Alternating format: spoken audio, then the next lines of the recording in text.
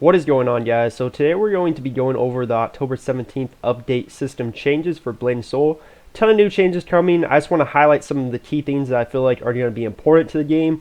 If you want to check out the full list of stuff, there's a lot coming. I'll leave a link in the description, but besides that, let's jump into it. So the first change is kind of a small one, but I feel like it's going to help out a lot of new players. If you guys don't know, the Purification Jar and also the Serpent Calling Bell are both needed to advance your wind walking skills so you can like run faster, run up walls, everything like that. Super important because you need it.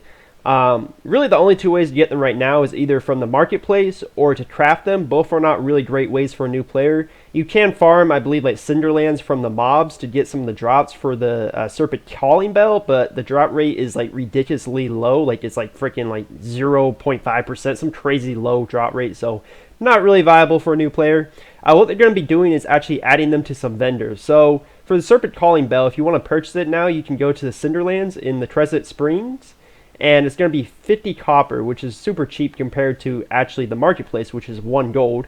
And then also if you want to buy the Purification Jar, you can go to Moonwater Plains and go to the Highland Necropolis, and then that will be 6 silver compared to 5 gold and 20 silver on the marketplace. So this is going to be great for a new player. Just help them just buy it from the vendor. They don't have to worry about crafting it or buying it off the marketplace.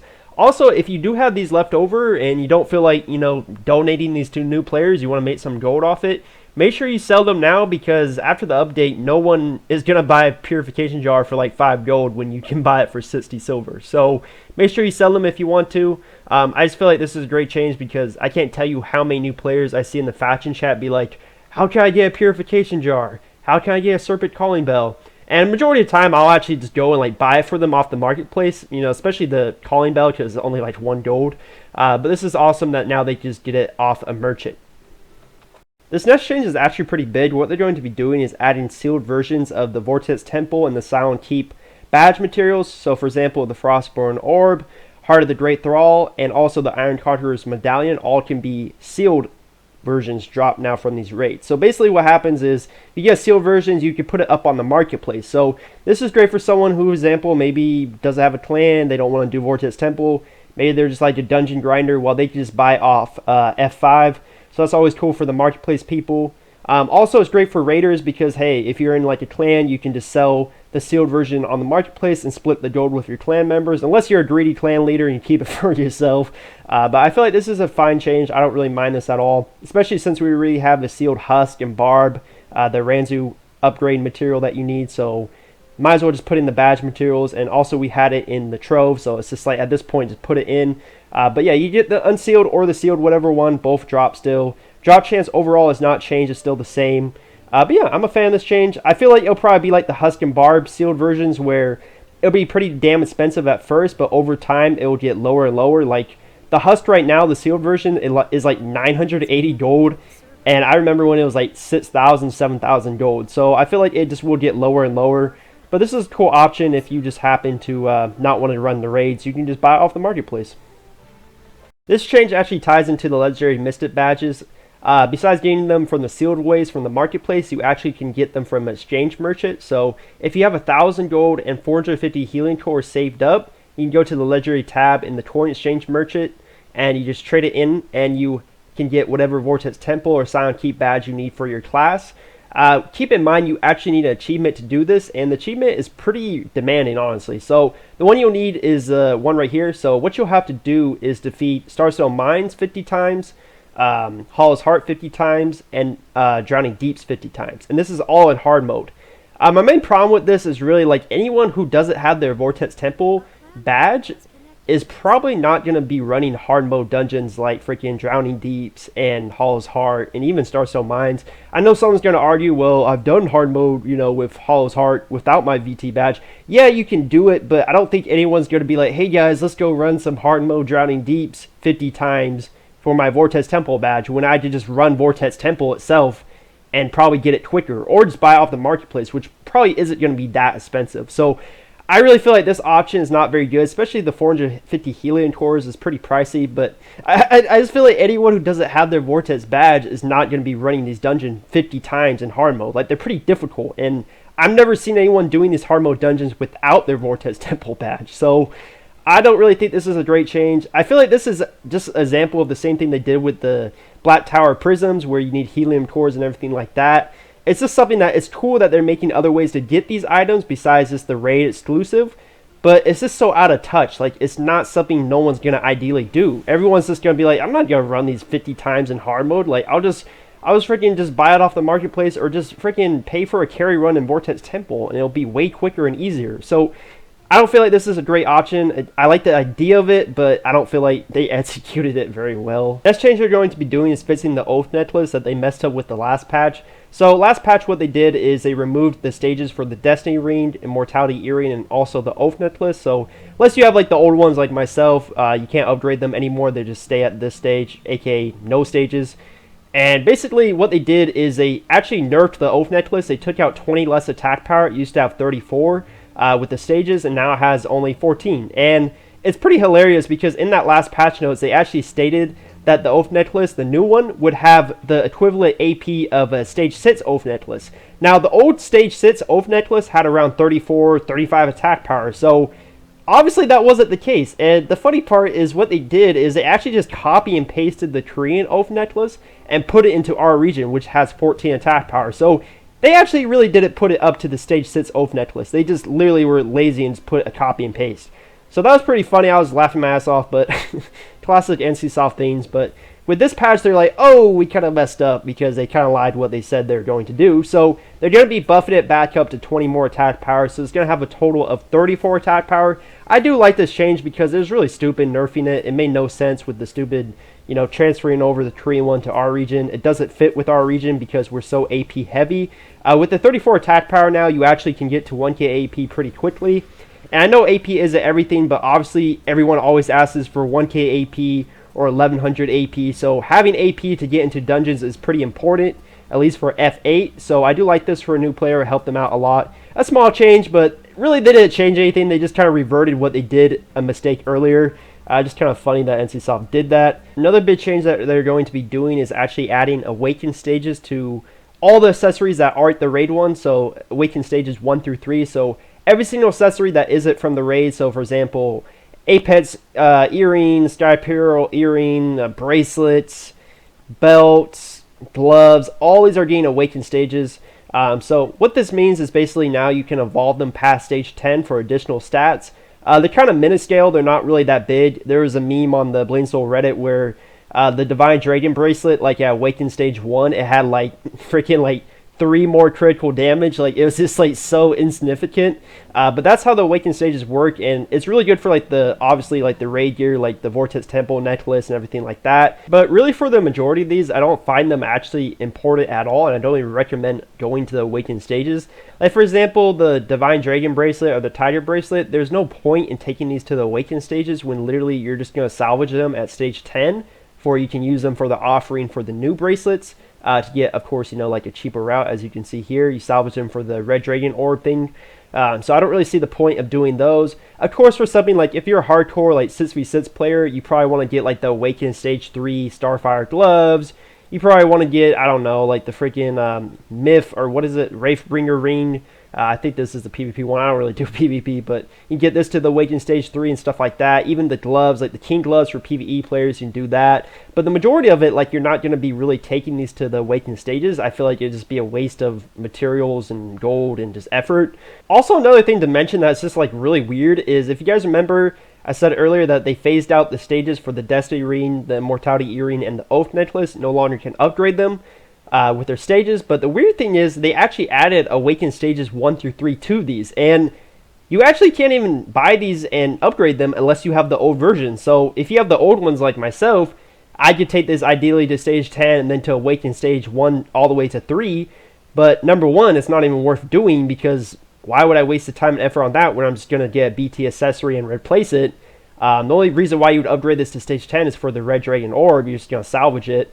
And no new player is going to be able to do this. Like, you're going to buy the Destiny Ring, and it's like, oh, I can't even upgrade it. So what's the point of the Awaken stages? Like, I really don't understand why they did this. It's just a really weird thing, because you can't even, number one, look at the upgrade paths in the upgrade path system, and then you can't even upgrade it. So why would you add Awaken stages to these? So only the older players who have the old accessories can do this, and it's not even viable to do. So Really weird change on their part. Don't understand that one at all. Now, this next change I'm actually a really big fan of. What they're going to be doing is adding items that you can actually exchange in the Drayden Express. So, for example, if you have 3 Blackstone fragments and then you also have 4 solar energy, you can go to the Drayden Express and trade these in for 1 silver scale fragment, which are these right here. They go into the silver scales. Or if you have 3 void fragments, you can trade those in also with the 2 solar energy to get 1 sea glass. If you have 3 Ranzu orbs and 4 solar energy, you can trade that in for 1 blood pearl. If you have 3 raven feathers and 3 solar energy, you can trade that in for 1 high queen wing. So why I love this system so much is that I can actually get rid of some of the useless materials I don't need anymore. For example, I have over 500 raven feathers. All my ults have their BT soul shields, if not their VT ones. Obviously, my main has his full VT ones. So, like, using these BT soul shields, raven feathers are not viable at all. Like, they're just sitting in my inventory. And so what I can do now with this new patch is say, hey, if I have 3 raven feathers and 3 solar energies, I can trade this in for 1 high queen wing. At least for that, you know, I can use it maybe for ult to get their high queen soul shields, or I can do it to max out my Vortex Temple soul shields, whatever I want to do. But it's just a more viable option. I can actually get rid of some of these useless materials I don't need anymore. So this is obviously more for someone who's probably more geared to this system, but I do like this a lot. Same thing for the Blackstone fragments. I have no purpose for these. Like, Blackstones, you don't need them once you're past Raven, so it's just kind of useless to have these. I can actually trade these in so I could get a silver scale fragment and eventually mate silver scales and use that because you need these for the high tier gear. So overall, I'm actually a really big fan of this system. I hope they keep expanding on this and making more exchange rates, but I feel like this is a great idea. Obviously, some of them might not be worth it ideally, but I just like the whole concept of it because it's such a shame having like all these like freaking materials that you don't use anymore just sitting in my inventory. Now I can actually use them and make use of them. So I'm a fan of this system. I like this a lot. So last but not least, and it's definitely a very big change, is the PvP changes. So they're going to be changing the reward system of PvP for Arena and also 6v6. So if you go to the 6v6 vendor right here, you'll see they have a chest right here that you can buy without any ranking. And it has some really great rewards in here. It has 5 to 7 moonstones guaranteed, even 100 moonstone bundle RNG chance, which is pretty, awesome if you can get that. I don't know how rare it is. I don't really do 6v6, but I did buy a few chests because I had some leftover battle points, just to give you guys an example. And what you need is the Sparkling Whirlwind key, and what they're going to be doing is phasing out this key and adding in a new key system. So one of the big complaints of 6v6 is that people were kind of annoyed that the only way to get these Sparkling Whirlwind keys were from doing some of the high tier and PvE dungeons and lots of chests for a PvP game mode. So some people were like, why do I have to do a PvE content to get a key for a PvP chest? Like, it's kind of like doing different content for one item, and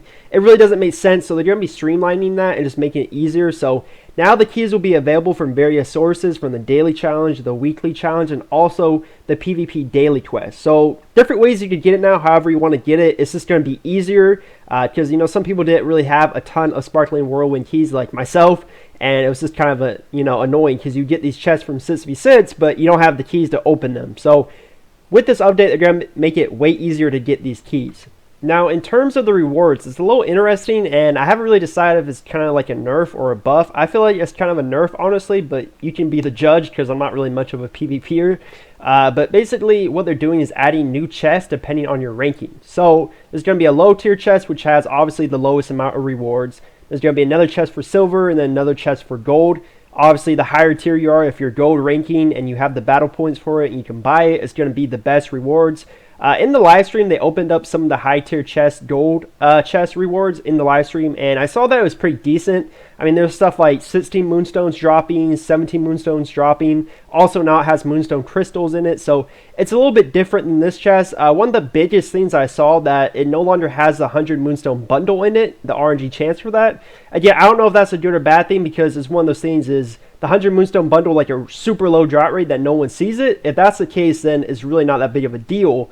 But if people were actually doing this kind of often, then obviously this is a big nerf. So I'm not really sure because I don't really do 6v6. Someone probably let me know in the comments. But I'm a little worried of that. Like, it kind of reminds me of flashbacks when they nerfed Nutsun and Mushin's Tower and got rid of his 100 moonstone bundle. I'm kind of getting like PTSD from that.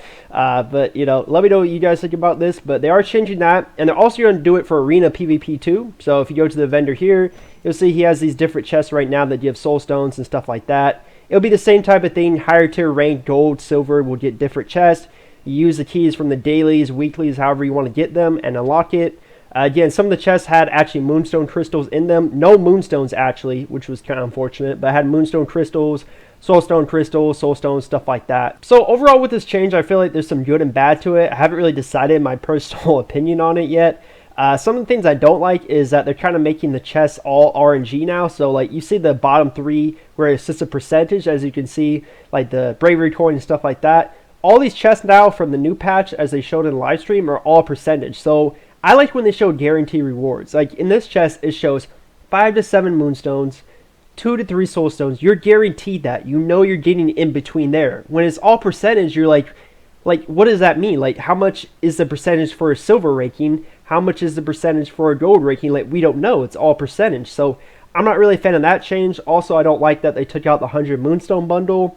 It kind of seems like they're trying to force all the chests to give more crystals, which is fine for upgrading, but I feel like they should give a lot of regular, like tradable materials too, so people can put them on the marketplace, because obviously the less we get of those, the more expensive they're going to be on the marketplace, aka soul stones and stuff like that. One of the good changes I did like is that they added moonstone crystals to the arena PvP rewards from those chests, which is cool, because now there's another option to get those. Overall, I guess it could be a good or bad change depending on your viewpoint. I don't really mind them giving greater rewards to someone who's a higher rank. Ideally, if you're a gold rank 1v1 player, you probably should get the best and high tier rewards. It makes sense. Just hopefully the lower tier rewards are not like complete garbage and not nerfed to the ground, because in the live stream they showed the gold ranking chest, which is cool, but the thing is with NCSoft's history, they kind of have a history of ninja nerfing for quite a while now. And, with the accessory changes, what they did is they took out a lot of the moonstone crystals that you needed. And that kind of worries me, because I'm thinking for the silver chest and the low tier ranking chest, I wouldn't be surprised if they really nerf those to the ground and you don't get that many moonstone crystals from those anymore. So that kind of concludes my video on the system changes. As I said earlier, there are some I didn't cover. I just wanted to highlight some of the main things I thought that were pretty important. I have a full list of the link in the description, as I said, so you guys can check that out if you want to go through every single detail. And then also, I'd really recommend joining my Discord. If you guys have any questions, it's really easy just to ask in the discussion tab of my Discord, and literally, if I don't answer it, someone else will. There's a ton of nice people in there. I only allow nice people in my Discord, no rude people or jerks or anything. And then also, there's a lot of people who need help with content or something, and there's more than like plenty of people that will help you with it. Even myself sometimes, if I'm not busy making videos, like always. Anyways, check that out. I'll leave a link to the invite code for that, so you should definitely join the Discord. Anyways, thank you guys for watching the video, and I'll see you guys in the next one real soon.